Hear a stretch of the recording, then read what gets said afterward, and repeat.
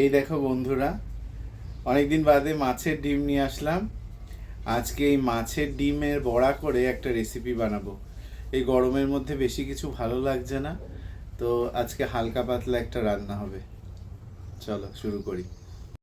প্রথমে মাছের ডিমের মধ্যে একটু লবণ, হলুদ আর একটু লঙ্কার গুঁড়ো দিয়ে ভালো করে চটকে নেব। জানো তো, এই মাছের ডিম ভাজার সময় ভীষণ ফোটে, তাই খুব ভালো করে চটকে নিলে আর ফুটবে না।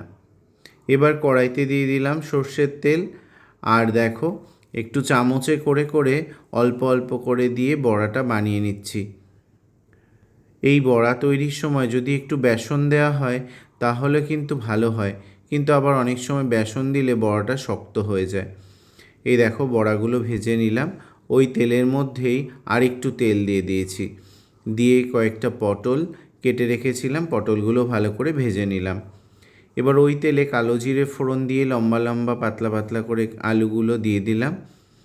এর মধ্যে দিয়ে দিলাম সামান্য পেঁয়াজ বাটা, একটা টমেটো কেটে রেখেছিলাম, আর 2-3টে কাঁচা লঙ্কা, আর দিয়ে দিলাম একটু ধনে গুঁড়ো আর একটু লঙ্কার গুঁড়ো। সেটা জলে একটু ভিজিয়ে রেখেছিলাম, তারপর দিয়ে দিলাম। আর দিয়ে দিলাম একটু লবণ আর একটু হলুদ গুঁড়ো। এবার এটাকে কষাবো। একটু দেখো ঢেকে দিয়েছিলাম, মশলাটা ভালোভাবে কষে গেছে। এবার দেখো ঝিঙেটা দিয়ে দিলাম। ঝিঙেটা যদি আগে দিই তাহলে ঝিঙে কিন্তু একদম নরম হয়ে যাবে, এই জন্যে ঝিঙেটা একটু পরে দিয়েছি। দিয়ে কষিয়ে নিয়ে জল দিয়ে দিলাম।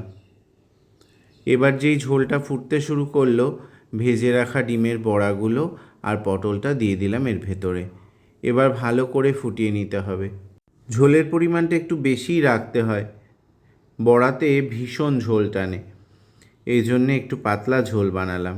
আর গরমের দিন বলে কথা, রান্না তো একদম রেডি। স্নান টান করে চলে আসলাম খেতে। ডিমের বড়া আর সবজি দিয়ে পাতলা ঝোলটা কিন্তু অসাধারণ খেতে লাগে। তোমাদের ভিডিওটা কেমন লাগলো অবশ্যই কিন্তু কমেন্টসে জানিও।